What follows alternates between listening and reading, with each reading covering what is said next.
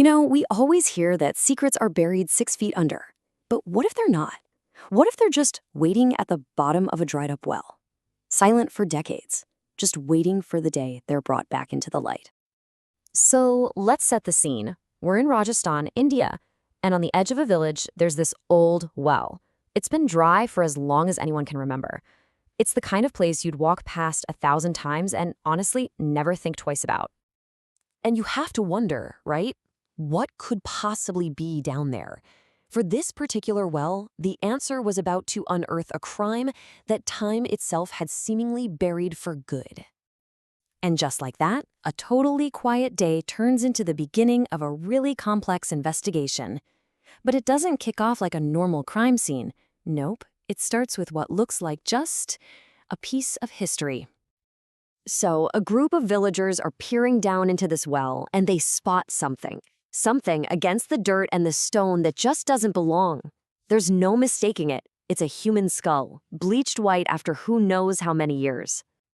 So the police arrive, and they make what seems like the most logical call. I mean, this is a region that's just packed with history. They figure it has to be an ancient artifact, right? A piece of the past, not some modern crime. This is a job for archaeologists, not for homicide detectives. But this is where the story takes a huge turn. Because while human memory fades, and the Earth can cover up a lot of things, modern science, well, it has this amazing way of making silent things speak again. And this right here, this is the moment the entire case just flips on its head. The investigation goes from treating this as an ancient skull, a historical curiosity, to a modern murder, an active criminal case. And that complete reversal, it's all thanks to what the forensic lab was about to discover.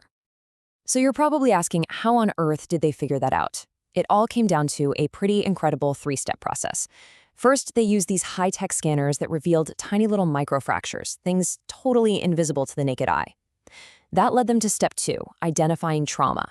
See, these weren't just random cracks from age. They were the classic signs of blunt force trauma. This was violence. And then the final crucial step, DNA testing, which had the power to give this person their name back. Okay, so the what was now crystal clear. This was a murder. The investigation could finally pivot to the big questions. Who and when? And the answer they found was absolutely chilling. The DNA results come back, and it's a direct match to a man who had been reported missing 2 full decades earlier, all the way back in 2004. I mean, can you even imagine that? For 20 years, a family had 0 answers, and for 20 years, that skull held the key to everything. And that, of course, leads to the million-dollar question. Now that they knew the victim's identity, the police could finally start rebuilding the last days of his life. They looked at everyone, his friends, his family, any potential enemies. Who could have possibly done this and kept it a secret for so long?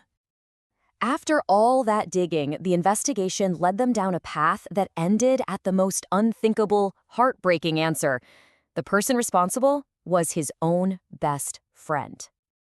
And this really shows you the killer's chilling logic. He threw his friend's body into that well, believing that time would be his greatest accomplice. He was literally betting that the years would wash away the evidence, that memories would fade, and that eventually the crime itself would just be erased. But this entire case, this whole story, is basically a giant, powerful argument against that very idea. It proves a lesson that is just fundamental to justice today. See, the killer was counting on people to forget.